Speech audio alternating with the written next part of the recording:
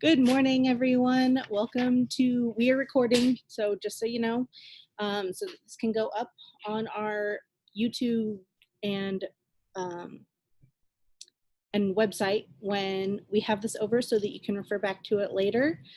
And I've got my coworker Wyatt monitoring our Facebook live stream so that we can address any questions there. And our chat is up so that we can address any questions that come through there. This is set up as a webinar, so I think you can raise your hand if you have a question or would like to say anything, and we'll get started.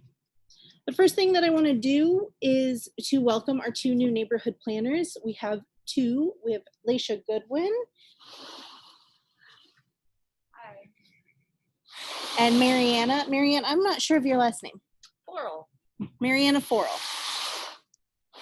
So maybe you knew Manny Cook before, he was in that role, and Chris Wayne. So these two ladies will be serving us now. Let's do a quick screen share here.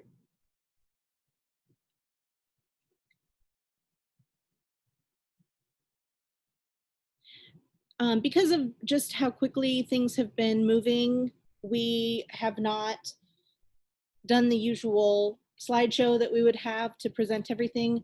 So we are just going to go through and discuss the amendments to the 2019 action plan, the 2020 action plan, and then we'll talk about our second allocation of emergency solutions grant that we received through the CARES Act. So the first, Wyatt's got to mute me.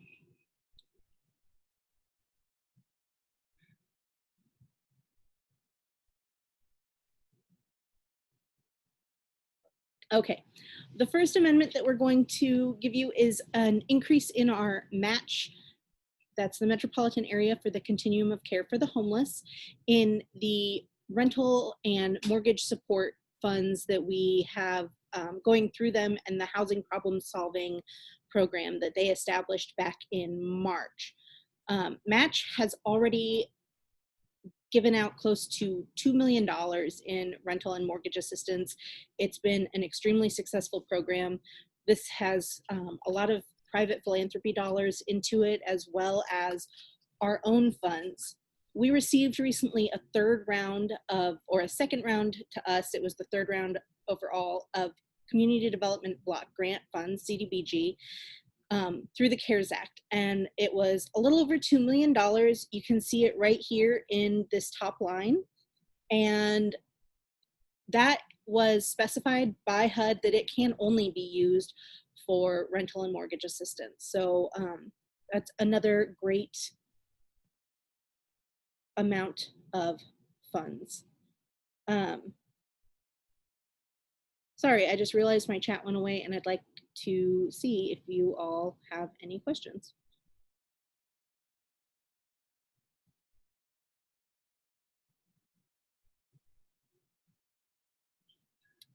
Okay, I might have to get back to it. The second round, oh, good, thank you, Wyatt. The next amendment that we'll go down to is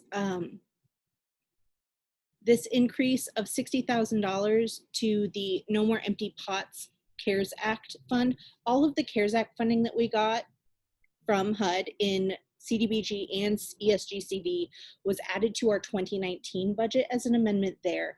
So all of those changes, that's new money to us as long as it's CARES Act funding. So we are going to talk about it as 2019 money, but it is new and it's current and going into current projects. So this No More Empty Pots increase is the second pot of money there. And it is in addition to, it's funds that were formerly going to go to the Intercultural Senior Center.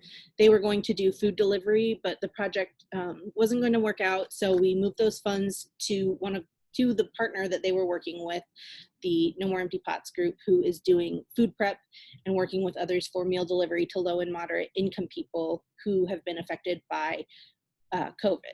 So that will just be an increase to their budget and a reallocation of those funds that we already had. This is only CARES Act funding. Okay, this is only CARES Act funding, so I guess we're going through that first. I was on the wrong tab. So we'll talk about the ESGCV before we go into the rest. We received a second allocation of ESGCV funds that when we had the first allocation and we talked about it in our last public meeting, we had no idea how much money that was going to be. HUD made a new grant allocation formula that was going to be based on population, the number of homeless individuals in a community, and we just didn't know where it was going to fall. So at the $4.2 million that we got, it was a lot more than we were expecting. So we're working now on figuring out where all of it's going to go, because we did do a second round of requests and still have about $1.5 million that was not allocated out or requested. So here's what we're doing with the second round of ESGCV at this point. The first thing that we're doing is fulfilling people's requests from the first round of requests. So for instance, we had in the first round, the Sienna Francis House requested around $400,000, and we allocated to them in the initial round $220,000. So we will complete that so that they can pay their staff overtime and hazard pay, and they can operate their quarantine unit for longer, and with more staff, they can cover the costs that went into developing and putting that quarantine unit together. And that's going to be a community resource. It's going to be extremely helpful. And if we have unsheltered individuals who contract COVID, they can come in and do their quarantine period there. If there are people who were in the hospital and they don't have a place to go once they're released, they can go and do their quarantining at Sienna Francis House. It'll just allow us a lot of flexibility within the homeless services community to help keep people sheltered and indoors while not using the congregate shelter that is Sienna Francis House or Stevens Center or Open Door Mission, in a place where people are close together and it could exacerbate the spread of COVID. One thing that's happening with this funding is that there was a lot of guidance that came out after the first round of funding and even after the second round was awarded from HUD, so we had to make some changes. Sienna Francis is going to be receiving an additional $168,000 of CARES Act funding that had been requested as part of the Stevens Center request. Stevens Center is unfortunately ineligible for these dollars because of the way their program is set up, not because they're doing anything wrong. They provide a really integral service to our community. So we're going to be doing that. And you'll see in the other 2019 budget that there's an amendment to cancel Sienna Francis House's 2020 regular allocation and give all of that money to the Stevens Center. The Stevens Center is eligible for the regular ESG funds, so that will help us to allow them to fill in the gaps that they've had from a loss of volunteers and donations to keep their shelter going. The next thing that we'll look at is rapid rehousing. There's an additional $590,000 going into rapid rehousing with this second round. Again, a lot of that is making up for gaps in what people had requested in the second round. We are hoping to be able to house about probably around 80 families with that funding, and that comes between the programs at Together, the programs at Heartland Family Service, the programs at Youth Emergency Services, and the program with the Women's Center for Advancement, who again is new to ESG and to rapid rehousing. So we're really excited to again have them on board. Homelessness prevention, again, this is just filling in gaps from the first round. So we're adding $40,000 from the second allocation to be able to do prevention work. Prevention work takes people who have not been in shelter, who are at risk of losing their housing. So perhaps they've moved several times in a year for instability purposes, or that they're doubled up if they've been living in a hotel and paying for that hotel themselves. They are eligible for prevention. There's some other ways that you can qualify someone for prevention. The CDC moratorium on evictions did kind of throw us off a little bit, and we're having to go to those other ways to qualify someone. The main way that people have typically been qualified for prevention in the past is to have that eviction notice in their hand, and then the prevention team can work with the landlord that they already have to pay rental arrears, or they can help the person find a new place to go once they have that eviction notice in hand. So hopefully we won't see as many evictions now that we have that CDC moratorium that lasts until December 31st. If you are a person who has some rental instability and you are at risk of eviction, please reach out to probably the housing problem solving team would be a great place to go. You can also reach out to Heartland Family Service or any number of other social service providers. Legal Aid of Nebraska is working with Match on a project, and those folks can help walk you through what it takes for you to qualify for that CDC eviction moratorium, so that you know what you need to do and what documentation you need to provide. It's not a ton of documentation, but it will keep you in your housing at least until December 31st, and we have a whole bunch of people with a whole lot of new money to help you find a new housing plan. The next thing is street outreach. As you can see, we're adding about $1 million, a little over $1 million to our street outreach teams in this proposal. And that includes bringing on about 5 new staff for street outreach. The city has not funded street outreach in a very long time, if ever. Street outreach is specifically going out to where people are living unsheltered in their community settings. So that could be in a park, under an overpass, in any place that's not meant for human habitation. If someone is sleeping in a stairwell of a building, those folks all qualify as unsheltered homeless. And by putting this money into outreach, we can help connect them to services that maybe they would be overlooked for before. If someone is going to be coming up on the list that they're next up for housing and a place is becoming available, hopefully by having more street outreach people, we can get them connected to that program and make sure that they're housing ready, they have the proper documentation, that they've been able to access the services that will help set them up for success in this housing. But also, if they choose not to go into housing, that they still have access to behavioral health care, medical health care, whatever benefits that they are eligible for. So expanding that team and what they're able to do is really critical when we see the increase in calls for unsheltered homeless individuals that we've seen over the last 4 months. The team told me last week that they've seen a doubling in the number of calls of unsheltered homeless individuals since April.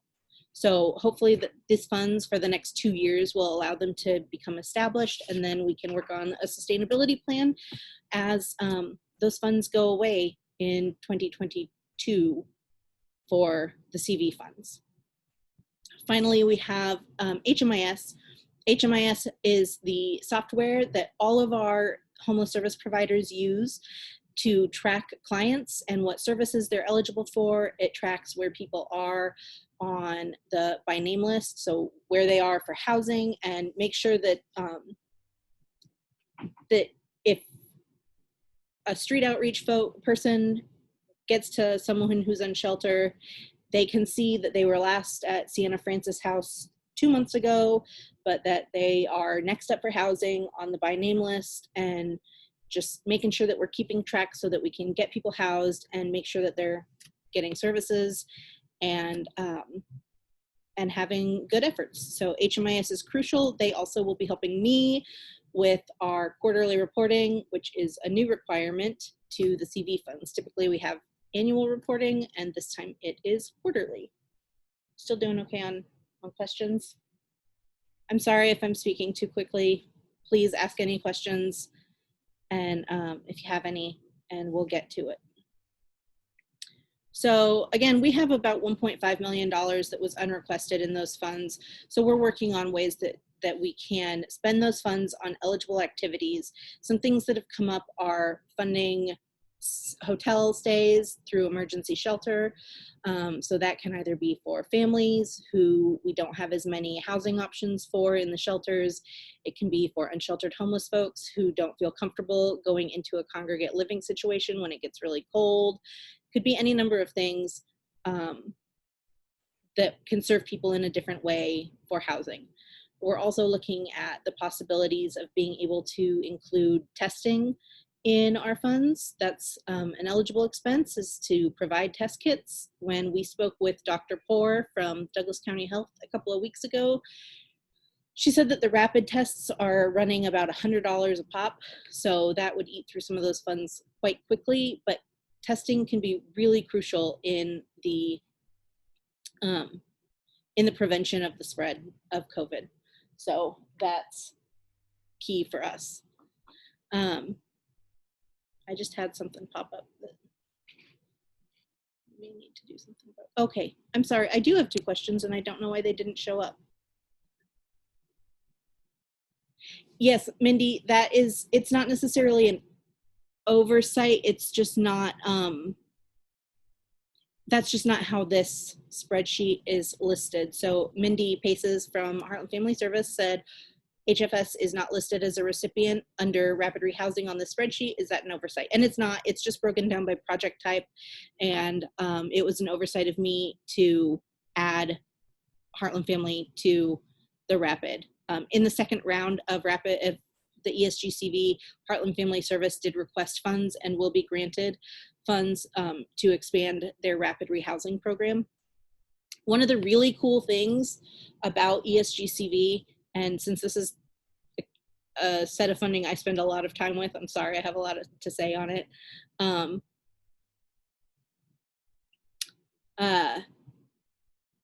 ESGCV has a lot of flexibilities, some restrictions, but a lot of flexibilities that regular ESG doesn't. One of those flexibilities is the ability to pay landlord incentives so that we can get people housed. Those incentives can be used in a few different ways, but what it ultimately comes down to is that a landlord can be granted up to 3 months of extra rent, 3 times what they're charging for rent on a unit, if they are willing to house the folks coming up through our prevention programs or our rapid rehousing programs. So if you are a landlord, we really need units. Our folks have been having a tough time finding affordable units. It also allows for some flexibility in rental payments to pay a little bit more than normal. So please, if you are a landlord, this is a guaranteed 12 to 24 months of rent for a person, with an extra 3 months rent for not having to do anything other than house someone from our by name list. Hopefully this will help us get people out of the shelter to keep our shelter censuses down, which of course allows for more social distancing and just less contact in general, and is super important. So if you have questions, contact me and I will get you in touch with the appropriate programs that we could get someone in your vacant units very quickly.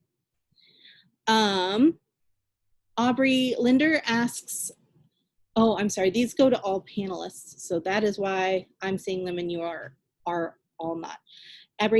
Aubrey Linder asks, sorry, I'm out of touch, but what are the options for individuals that need ADA housing? That might be a question that I have to do a little bit more thought on because I'm not sure how that would work exactly. All of the housing has to be up to code. Options for people who need ADA housing? Yeah. Yeah. Under fair housing rules, a landlord would have to accommodate for ADA housing as long as it's a reasonable request.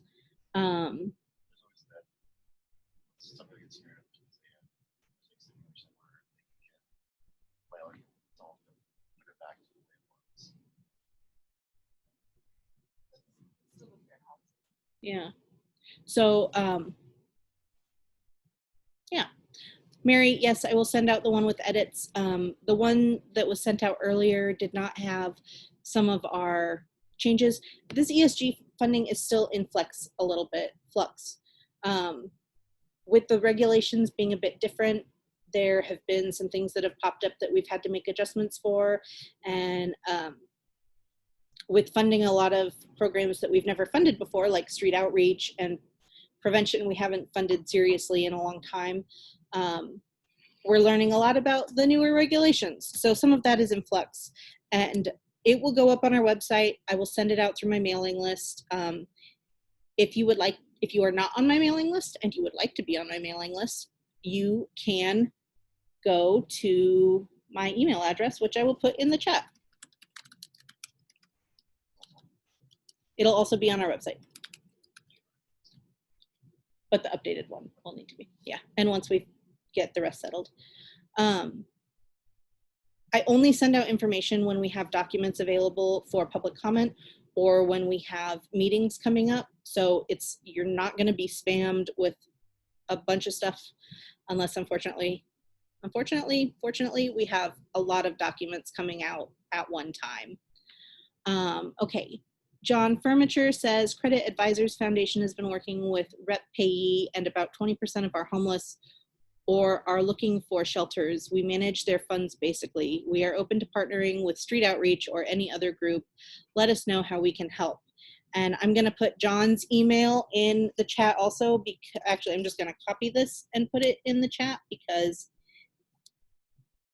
it only went to panelists.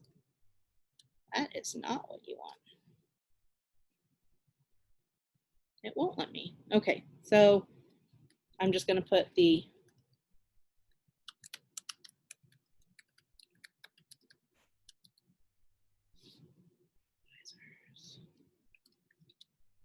okay, so there we go. If you go into the webinar chat, there should be a to option at the end that will say all panelists, I think is the default. If you would switch that to all panelists and attendees, then everyone will be able to see you. And I do have it set so that you can chat with or put in chats for all panelists and attendees. Okay, let's go over to 2019. So let me get my correct documents out.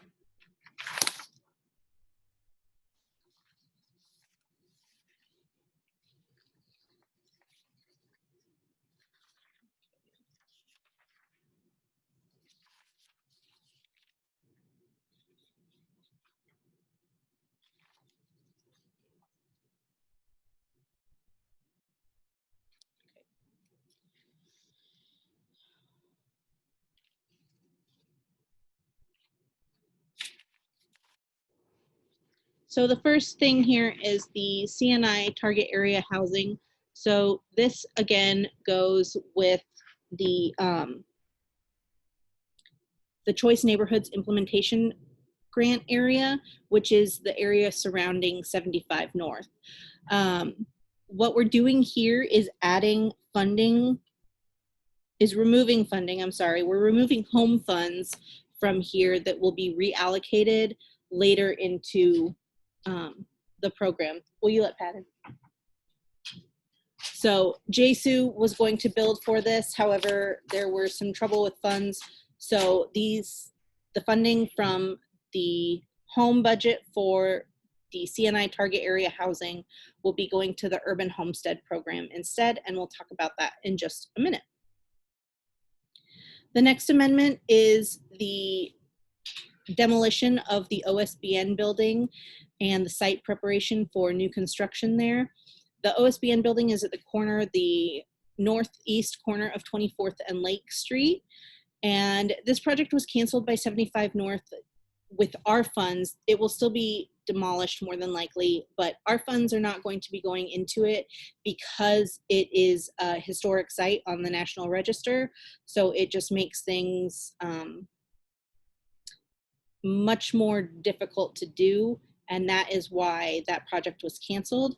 So those funds will be reallocated. This freed up $300,000, and we'll talk about that in a bit more. So next is the single family housing rehabilitation program. That is something that we are adding $85,000 to from the 2019 barrier removal program. We just didn't have the clients for barrier removal, and so we took some of the old funding from there and moved it into a program that we have more need for. The single family housing rehabilitation is for owner occupants, typically within the NRSAs and with income limits, but we can go typically up to $35,000 on a project there. Is that the right number for single family rehab?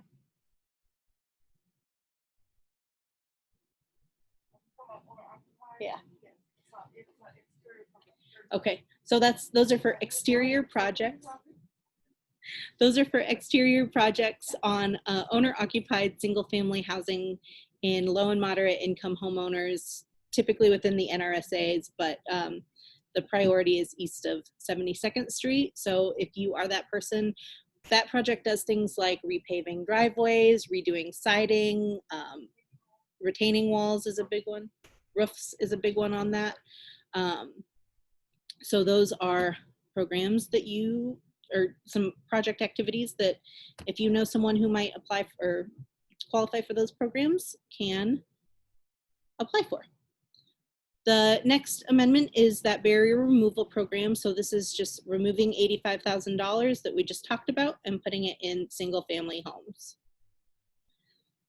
Next here is the Urban Homestead program. We're moving the $300,000 from the home funds in the CNI area and moving it to the Urban Homestead program.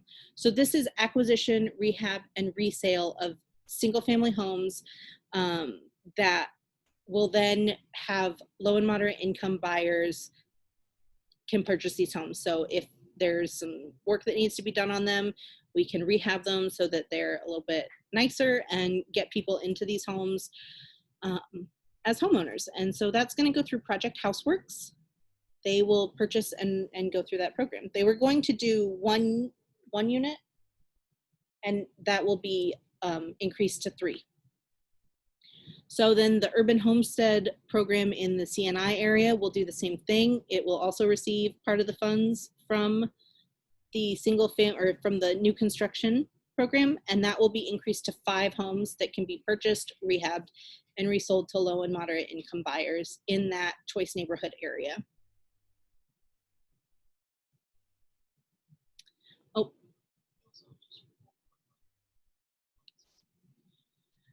Dawn, I am unsure if that would work or not because CV funds, Dawn Olinick from Olinick, I'm sorry, Dawn, if I'm mispronouncing your last name. Dawn asked if the HMIS costs for each agency could be offset because they're increasing next year. I'm not sure if they can or not because I'm not sure if that would be a COVID related cost. So ESG CV funds all have to be justifiably COVID related. So that's where our question. Oh, Bill is clarifying that just over $1 million of home funds moved into the choice neighborhood area to the Urban Homestead program.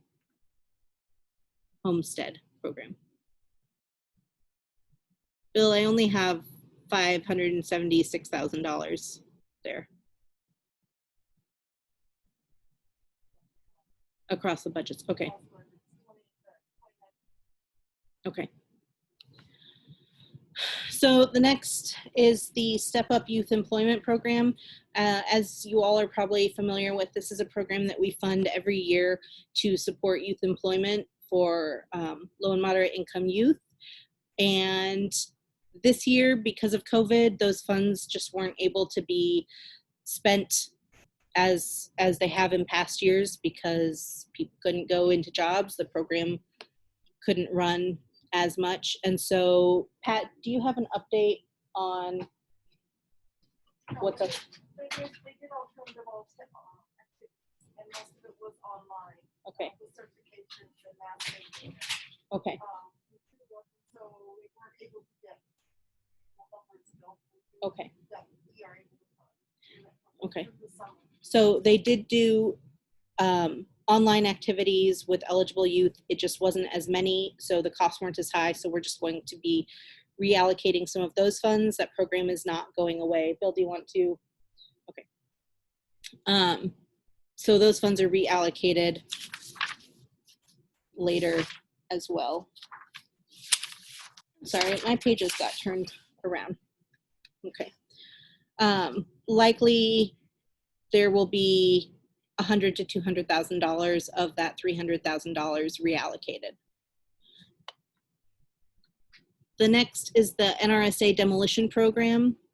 So that's $355,000 that's being reallocated because the program just didn't demolish enough homes. So that money wasn't spent. So it needs to be reallocated to a different program.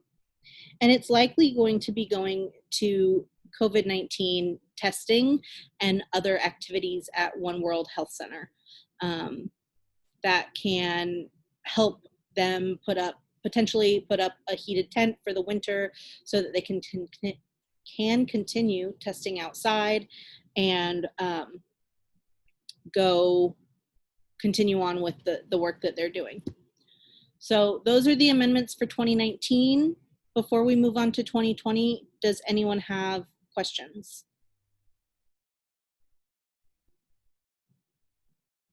Okay. Oh. There's new demolition money. Oh, yeah. Okay.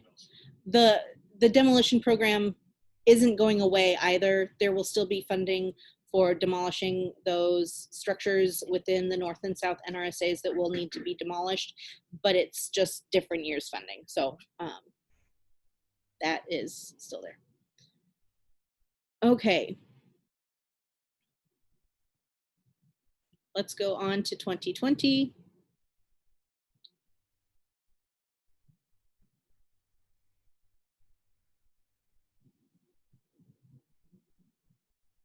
Okay.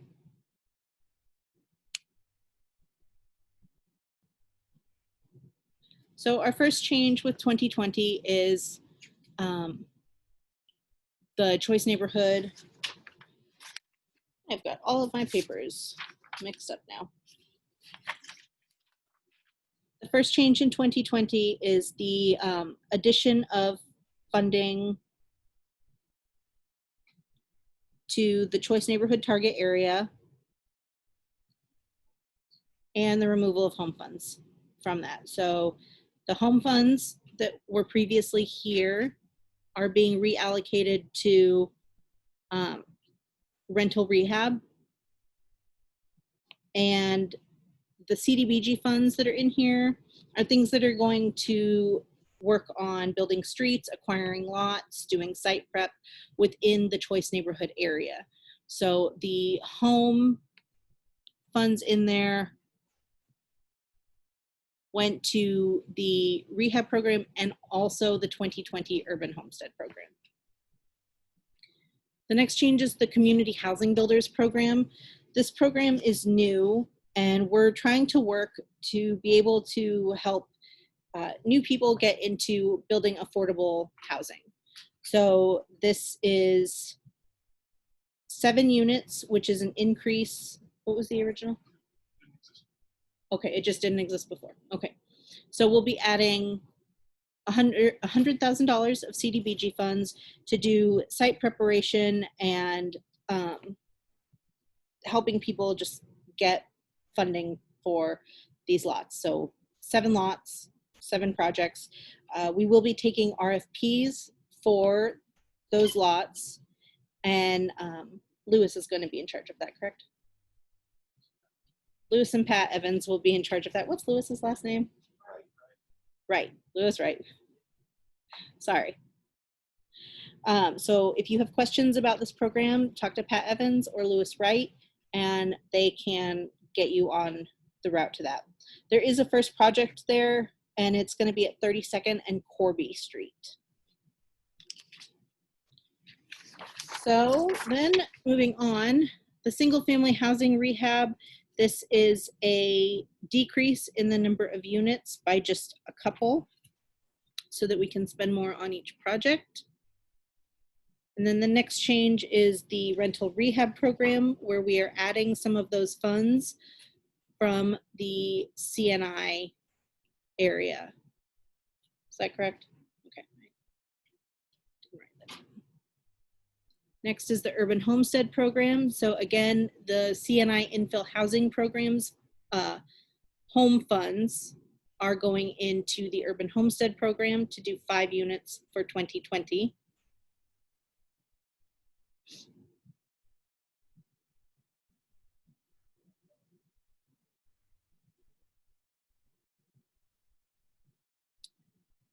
And then the next is the Larimore building. It's increasing the number of units that will be supported with our funding at the Larimore building, which is at 3483 Larimore Avenue. So OEDC, the Omaha Economic Development Corporation, will be providing senior housing in that building and affordable units supported by CDBG and home funds.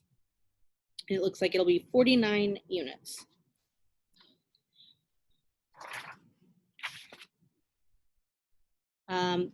The next is the Workforce Education and Innovation Initiative. So this is a similar program to Step Up. So again, see that Step Up is back in the 2020 budget for the normal amount of funding. And we're just adding additional people who will be served by the Workforce Education and Innovation Initiative. So this program will go through the Latino Center for the Midlands. So we'll have the Empowerment Network doing a program as well as the Latino Center for the Midlands. And then down here is our homeless services, our ESG funds. And you can see that the only change here is that we will be canceling the Sienna Francis 2020 budget and or allocation of regular annual ESG allocation and moving that to the Stevens Center for 2020. In 2021 funding, that will go back to normal, and the Sienna Francis House will be back in our budget. They will receive, again, that approximately $168,000 will be made up for with ESG CV funds. And then finally, we have a new program with the Down Payment Assistance Program. And this is going to support people who are going to ultimately purchase the homes from the community housing program that we talked about up above that's new and hoping to bring new builders in. So up to $30,000 is available for each home buyer to put down payment assistance through. That'll serve up to 6 households and is brand new. I think that's all we have for the 2020 amendments. Does anyone have anything they'd like to clarify or any questions that anyone would like to ask? Okay.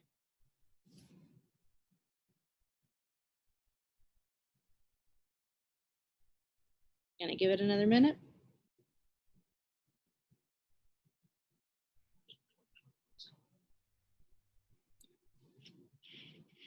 So I don't see anything. So we'll, I'll show you the ESG budget real quick, but our next budget is 2021. So if you got my email, you probably saw that I noted in there that the reason that the timing was so short on this and that it's a little bit different. Oh, Larry Figgs would like to know, how will the outcome of the programs be assessed? Larry, that's really dependent on each program. So for some programs, like if you look at down payment assistance, it will be assessed on how many people received mortgage assistance through the program. If you're looking at the emergency shelter operations, what we count there is how many bed nights of shelter were provided.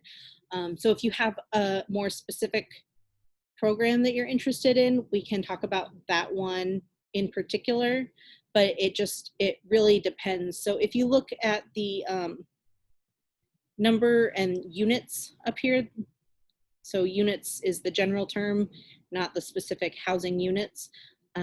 Those are the goals for each program. So they'll be assessed with how many people are served. Yeah. Yep. Yeah. So every year we complete a CAPER report. It's the Consolidated Annual Performance Evaluation Review. And it's due, our CAPER is due to HUD on March 30th of every year. So we have a public meeting that is included in a public meeting at some point in the year. We try to do it in the spring. And so you can go to HUD's website and find all of our CAPER reports for the past many years. I'm not sure exactly how many years it is, but that's where you can find our outcomes. And we did make some significant changes in how we were counting in the last couple of years. So if it looks like there's a big change, that's why. And if you have more specific questions about it, we're more than happy to talk to you about what happened there. Okay.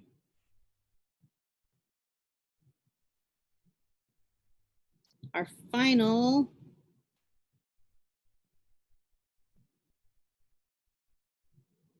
thing to look at. Okay, the CAPER reports go back to 2010 on HUD's website. And if you want the address to that, you can email me and I will let you, I'll send it to you. And it's they're all on our website too, I believe, so you can find them there. Okay. Our final thing that we'll look at real quick is our ESG awards. And again, this is in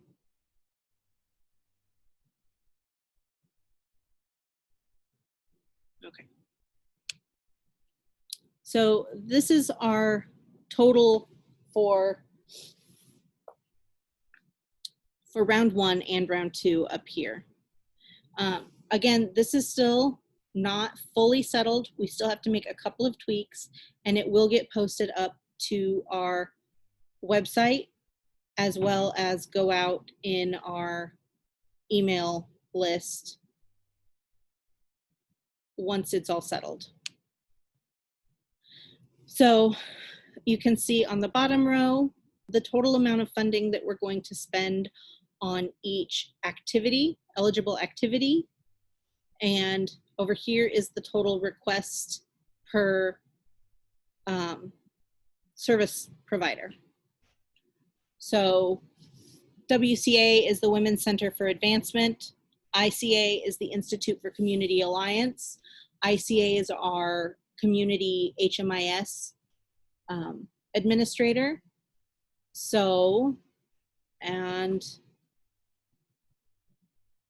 those are the things that they have each requested funding for. What questions do you have on the ESG? Award letters have not gone out yet, so be watching for those in the next week or so if you are one of these providers. And again, it's that unrequested 1.5 million that we're still working on where it will go. And I listed off some of those options before, but if you weren't here, we talked about hotel stays, staffing at hotels, testing for COVID, more PPE. If we can get people housed, enough people housed, and we need more funding for rapid rehousing or prevention funds, that's something we can certainly do. The one provider is receiving funding for HMIS, Mary, because they were not previously an ESG recipient. and they weren't previously part of HMIS at all. So it's part of a COVID expense because to get that program up and running, they had to have HMIS.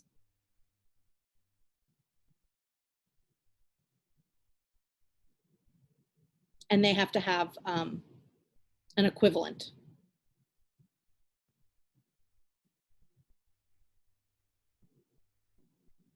I feel like we went over this pretty well before, but I'm happy to answer any other questions and more general questions now. So I'll give you a minute, and if not, we can call it a day. Our comment period officially goes until tomorrow, the end of tomorrow, and then we'll have 2021 budget coming up quite rapidly. The CARES Act gave us flexibility on timelines with 2020 and 2021, or 2019 and 2020 budgets. So that's why this was a quick turnaround time, short comment period, but the same does not apply to 2021. So our plan right now is to get our 2021 budgets out to you at the beginning of November, and then have our public comment period for the 2021 budget run from November 2nd to December 1st. And we'll have our public meeting, again, it will be via Zoom, be on November 18th. So please keep those dates in mind. And by doing this and getting our public comment done in November and submitting our action plan to the city council, then whenever HUD is able to allocate 2021 funds, because we don't know what those are going to be yet. Congress has not allocated funds to HUD. So by the time that we receive those, which in the past has been in the spring, we'll be able to have that put together, have our comment period done, and submit it to HUD. What we'll be going off of with 2021 is budgeting for the same amount of money that we received for 2020 in ESG, home, and CDBG dollars. And so if those dollars are different, we will just proportionately change the funding if it's higher or lower. And people will get more or less proportional to the change in what HUD has allocated to us. So again, that will go out through our social media. It will be advertised for in the paper, and you will get an email from me come November 2nd for that public comment period to begin. And if you want to mark November 18th down on your calendars now for the public meeting, please do. Any other questions?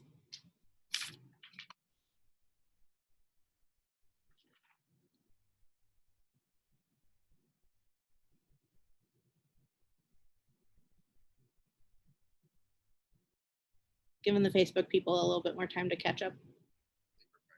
Probably good. Okay. With that, again, if you would like to get on our email list, if you're not right now, I'm putting my email in the chat one more time. And I'll get you added to that list so that you get a notice anytime we are having one of these meetings. We'll get this up on our YouTube and our website as soon as we can, and you can also go to our Facebook page, and it should be available immediately there. Please let us know if you have any other questions. Thank you.